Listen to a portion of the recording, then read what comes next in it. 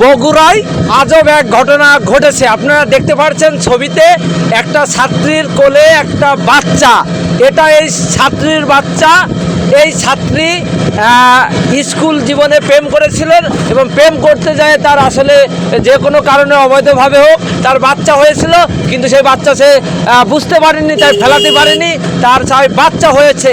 আর সেই বাচ্চা নিয়ে এখন সে প্রতিদিনই তার স্কুলে আসতে হয়। এটা ঘটেছে বগুড়া শহরে। আপনারা দেখতে পাচ্ছেন এই মেয়েটার নাম সুমাইয়া। এই সুমাইয়ার বাচ্চা হয়েছেন এই স্কুল